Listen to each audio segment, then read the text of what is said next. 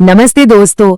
आज ना हम एक बहुत ही सिंपल सी पर बहुत जरूरी बात समझेंगे कि जब कोई हमारी आलोचना करता है तो वो एक अच्छा साइन क्यों हो सकता है। अच्छा, एक बात बताइए, कभी ऐसा हुआ है आपके साथ कि किसी ने आपकी कोई गलती बताई और आपको थोड़ा सा बुरा लग गया? अगर ऐसा होता है ना तो बिल्कुल चिंता मत करिए, ये बहुत ही नॉर्मल फीलिंग है। पता है कैसा? जैसे दोपहर में अच्छा सा खाना खाकर नींद आती है ना, बस वैसा ही। लेकिन आज हम एक सीक्रेट जानने वाले हैं। पता है क्या? ये जो बुरा लगने वाली फीलिंग है ना, ये असल में एक बहुत अच्छा साइन हो सकती है। चलिए आज इसी को समझते हैं। तो चलो इस सरप्राइजिंग से सीक्रेट को ना एक छोटी सी कहानी से समझते हैं। इमेजिन करो, एक गांव में एक बड़ा सा आम का पेड़ था, मीठे मीठे आमों से भरा हुआ। अब बच्चे क्या करते थे, उस पर पत्थर मारते थे ताकि आम नीचे गिरे। तो पास में ही एक छोटे से पौधे ने आम के पेड़ से पूछा, ये सब आप पर पत्थर क्यों मारते हैं? तो आम के पेड़ ने मुस्कुराकर कहा, क्योंकि मैं मीठे फल देता हूं। देखा आपने, बात यही है। लोग ना हमेशा उन्हीं चीजों पर ध्यान देते हैं जो ग्रो कर रही होती हैं, जो सक्सेसफुल होती हैं। ठीक उसी तरह जैसे लोग उसी पेड़ पर पत्थर मारते हैं जिस पर फल लगे होते हैं, है ना?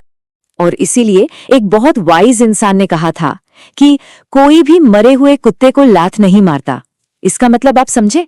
इसका मतलब बहुत गहरा है कि लोग सिर्फ उन्हीं चीजों पर अटेंशन देते हैं जो एक्टिव हैं, इंपॉर्टेंट है। जो कुछ करे नहीं रहे उस पर भला कौन ध्यान देगा?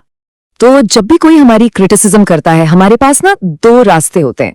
ये बिल्कुल वैसा है जैसे हम बस स्टॉप पर खड़े हैं और हमें चुनना है कि कौन सी बस लेनी है। चलिए देखते हैं ये दो रास्ते कौन से हैं।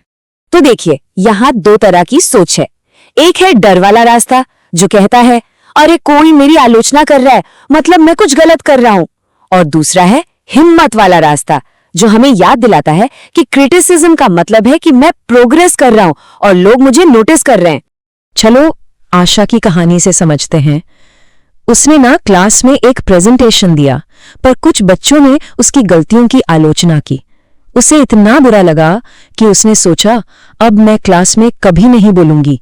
तो इस डर ने उसके कॉन्फिडेंस को कम कर दिया। बिल्कुल वैसे ही जैसे एक छोटे से पौधे को अगर धूप ना मिले तो वो मुरझा जाता है। अब देखते हैं राहुल की कहानी। वो क्लास में खूब एक्टिव रहता था, सवाल पूछता था। शुरू में तो कुछ क्लासमेट्स उस पर हंसे भी, पर राहुल ने सोचा, अगर लोग मुझे नोटिस कर रहे हैं तो इसका मतलब है कि मैं ट्राई तो कर रहा हूं। और बस धीरे धीरे उसका कॉन्फिडेंस और नॉलेज दोनों बढ़ गए। बिल्कुल वैसे ही जैसे कोई टफ स्कूल एग्जाम पास करने के बाद हिम्मत बढ़ जाती है। तो पॉइंट यही है दोस्तों कि चॉइस हमारे हाथ में है। हम चुन सकते हैं कि हमें राहुल की तरह बनना है। तो अब सवाल ये आता है कि हम इससे प्रैक्टिस कैसे करें। चलिए इसका एक बहुत ही सिंपल सा तरीका सीखते हैं। इसको हम कह सकते हैं क्रिटिसिज्म फिल्टर मेथड। ये ना चाय बनाने की रेसिपी जितनी ही सिंपल है, बस 3 स्टेप्स हैं।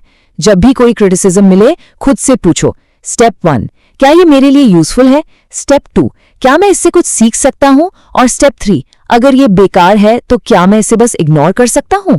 यानी जो अच्छी बातें हैं उनको सुधार के लिए इस्तेमाल करें और बाकी की नेगेटिविटी को जस्ट लेट इट गो। तो अगली बार जब कोई आपको क्रिटिसाइज करे तो दुर्गा सर की ये बात याद रखिएगा कि अगर लोग आपकी आलोचना करते हैं तो इसका सीधा सा मतलब ये हो सकता है कि आप आगे बढ़ रहे हैं जबकि दूसरे वहीं खड़े हैं। कितनी अच्छी बातें हैं ना? तो चलिए आज के दिन के लिए एक छोटा सा प्यारा सा थॉट लेते हैं। इस एफर्मेशन को अपने मन में दोहराइए। मैं यूजफुल फीडबैक का स्वागत करता हूं, नेगेटिविटी को इग्नोर करता हूं और कॉन्फिडेंस के साथ आगे बढ़ता रहता हूं। और हाँ, हमेशा याद रखिएगा दोस्तों, रोज थोड़ा थोड़ा सीखना एक दिन बड़ी सक्सेस दिलाता है।